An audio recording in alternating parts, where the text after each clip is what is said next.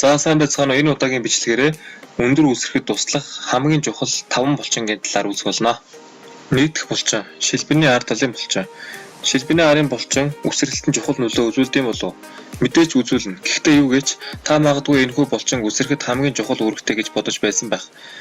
Энэ булчин чухал ч гэсэн хамгийн чухал нь биш юм байна. Та шилбэний арын булчин үсрэлт хөгжүүлэхэд харьцангуй бага үүрэг гүйцэтгэдэг болохыг батлахын тулд энгийн туршилт хийж болно. Нэгдүгээрт бүтэн улаараа зогсож өвдгөө нугалахгүйгээр аль болох өндөр үсрэхийг оролдоорой. Та хэр өндөр үсрэлтэд тэмдэглэж аваарай. Шилбэний арын булчин нийт үсрэлтээ 20% хариуцдаг юм байна. Бас тийм ч муу биш байна шүү. Шилбэний арын булчингууд шагаан хөлийн суналт болон доктортой байдалд чухал үүрэг гүйцэтгэдэг.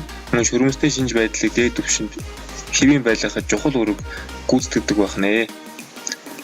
За мэдээч хэрэг шилбэний арын булчин хөгжүүлэхэд jump source гэдэг одоо үсрэлтийн төхөөрөмж, тоног төхөөрөмж байдаг.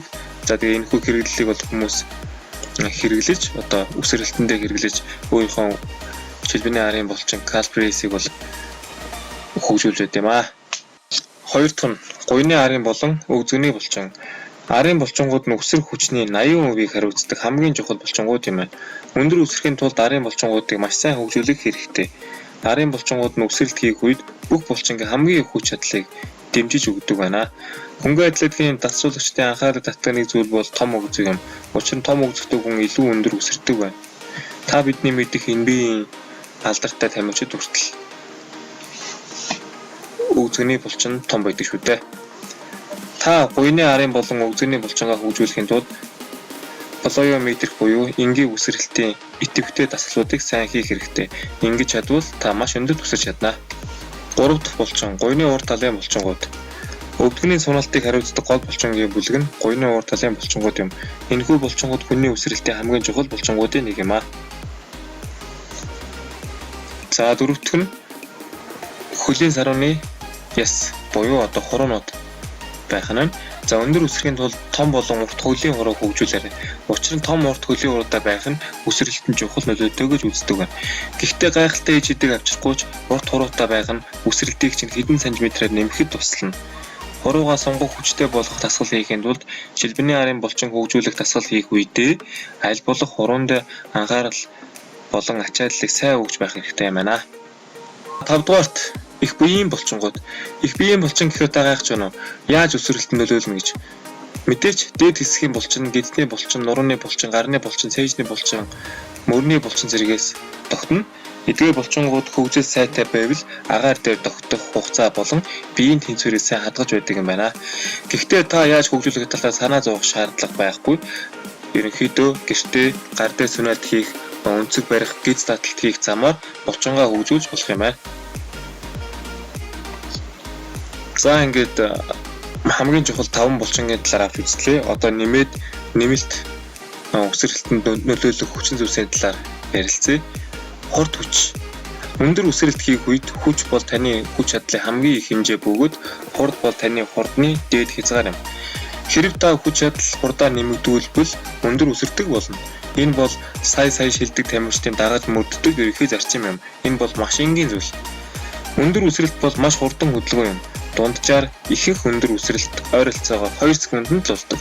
Хурдтай байх нь хүч чадлаа харуулах боломжийг танд олгоно. Хурдаа нэмэхийн тулд ойрын зайд хурдтайг өгөх шаардлагатай. Хүчээ нэмэхийн тулд штангтай болон кантелтэй суулт хийх шаардлагатай. Гэх мэтлэн энгийн жишээ өөр маш олон аргаар хурд болон хүчээ нэмж болно. За дараагийн нэг гол хүчин зүйл бол уян хатан байдал. Үсрэлтээ сайжруулахад бас нэг чухал хүчин зүйл бол уян хатан чанар юм. Хэрэв та хангалттай уян хатан байж чадах юм бол үсэрч байхдаа биеэ зөв байрлалд барьж мөн агаар дээр бүрэн хөдөлгөөн хийх боломжтой болно. Эсвэл уян хатан биш байх юм бол энэ бүдийг хийж чадахгүй. Энэ таны үсрэлт хийх боломжийг мөн хязгаарлах болдог. Түүнчлэн сонголт хийх нь гэмтэл бэртлээс өрсөн сэргийлэх ач тустай байдаг. Та динамик болон статик сонголт хийснээр уян хатан чанараа маш гайхалтайгаар дээшлүүлэх боломжтой юм аа. Тэгвэл динамик сонголт гэж юу вэ? Динамик сонголт нь булчингийн сонголт хийхэд хөдөлгөөний хурд дэс хүчийг ашигладаг. Жишээлбэл хөлөө хажууд ийш нь хазаалах нь динамик сонголт юм. Дасгал хийхээ өмнө динамик сонголтыг заавал хийх хэрэгтэй. Өөрөөр хэлэх юм бол одоо явдал дундаа идэвхтэй байдлаар биеийг халааж сунгах ёстой гэсэн үг юм аа. За, статик сонголт гэж юу вэ гэвэл статик сонголт гэдэг нь биеийг тайван байлгаж булчингаа сунган нэг байрлалд байх явдал юм аа. Жишээ нь одоо хөлийнхөө хуруунд хүрч дараа нь тодорхой байрлалд шилжихгүйгээр тухайн байдлаасаа дараагийн дасгалыг гүйцэтгэнэ. За энэ төрлийн сонголтыг дасгалын дараа хийвэл илүү үр дүнтэй. Өөрөөр хэлэх юм бол одоо бид нэр энэхүү сонголтыг маш түгээмэл хийдэг. Байранда хөлдөө мөрний хэмжээний байдалтай зогсож байгаад одоо толгооноос хөл хүртлээ ээлжлэн биеийг үе мөчөөр нь халаадаг байгаа. Энэ сонголтыг бол статик сонголт гэж хэлдэг юм байна. Хүнд маш их баярлалаа. Ингээд миний бичлэг таалагдсан бол лайк дарж асуух зүйл байвал комент хийгээрэй. За хамгийн гол нь та миний YouTube сувагт нэгдээгүй байвал subscribe дарж нэгдээрэй. Мөн хажуу талын хонхыг чеклчих юм бол одоо миний орж байгаа бичлэгийн мэдээлэл нь танд цаг алдалгүй хүрэх болно.